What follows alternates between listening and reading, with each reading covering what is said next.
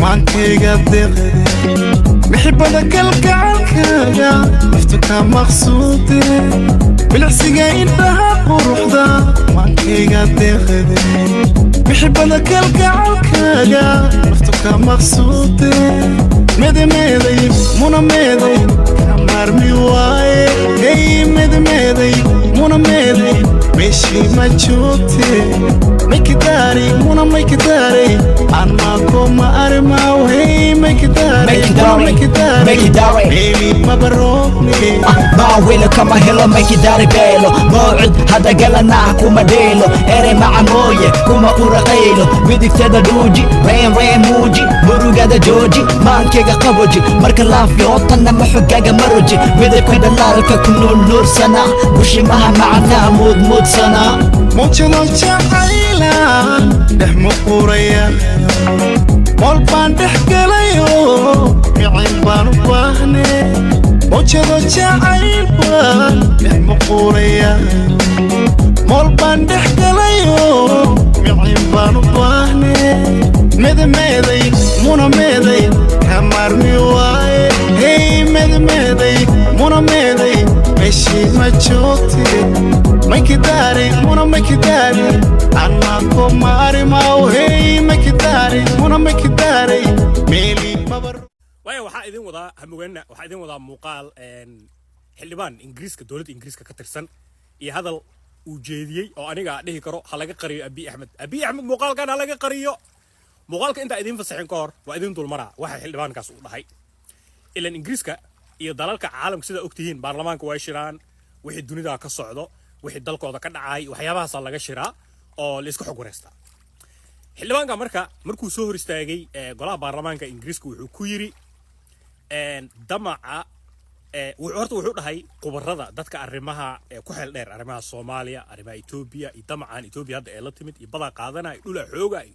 sheekooyinkan ee wado qubarada arrimahan ku xeel dheer waxay isku wada raaceen dhul balaarsiga iyo hamigan bada helaa iyo dhul qabsana Abiy Ahmed uu la soo shartagay in halis weyn ee keentay halistaas waxay ka xuseen al-shabaab waxay dhaheen tan iyo markuu Abiy Ahmed hadalkii jeediyay oo bada raba iyo xooga ku qaadanay heshiiska uu la galay qayb ka mid ah Soomaaliya al-shabaab meeshaas fursad ay ka dhex aragtay maadaama hadda shicibka Soomaaliyeed lagu soo xadgudbay qadiyadooda dal dariska ah uu ku soo xadgudbay dadka marka wuxuu ku kalifaysaa wuxuu leeyahay ninkan qabiirka ingiriiska al-shabaab qubaradu waxay leeyihiin al-shabaab meeshaas fursad ay ka dhaxashay fursadaas oo ah in maadaama qulubtii Soomaaliyeed ee kacday nacayb Itoobiya loo qaaday in dhalinyarada qaar ay qortaan ayaga saasay leeyihiin aniga inaan runtaa in kale ma ogin laakiin warka hadda si kale idinku basaray waxa waaye hadda dunida waxay isku raacday Abiy Ahmed inuu argagixisada si balaarnayo jiritaanka argagixisada ay reer galbeedka ay sheegaan inay la dagaalamayaan in uu Abiy Ahmed uu ogolaaday in argagixisadaas ay si balaarato ay si jirto yani horta hadalka ninka odaga ah waa kana iga qabsada. My lords, experts on the region conclude that thanks to Prime Minister Abiy Ahmed of Ethiopia's expansionist ambitions and recklessness, the Horn of Africa is on the brink of war.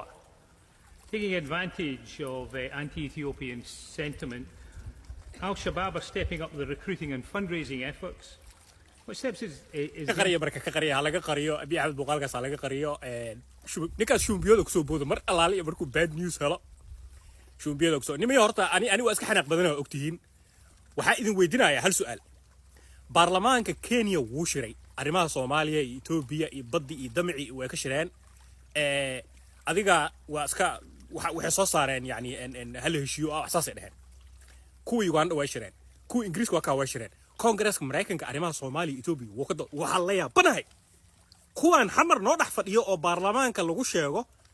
محلو لا يا هل مالين أفريستان أرمها إثيوبيا لقى هل محلو لا هل مالين ودadka dalkooda la qaadanayo waa ogaada war arkaan yaab kale dhageysta dhalinyaro dadkii dalkooda la qaadanayay oo la rabay inay kacaan ee istaagaan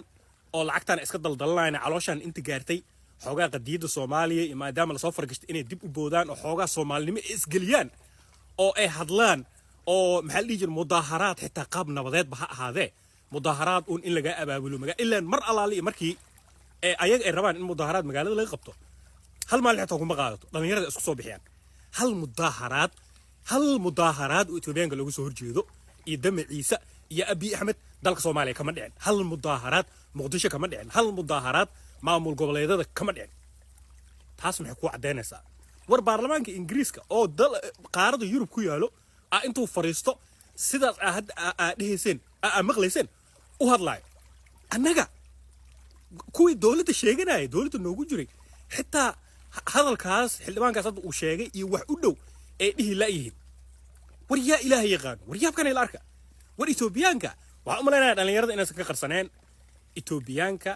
in siyaasiyiinta Soomaaliyeed uu silsilad ku xirtay meeshaan faraal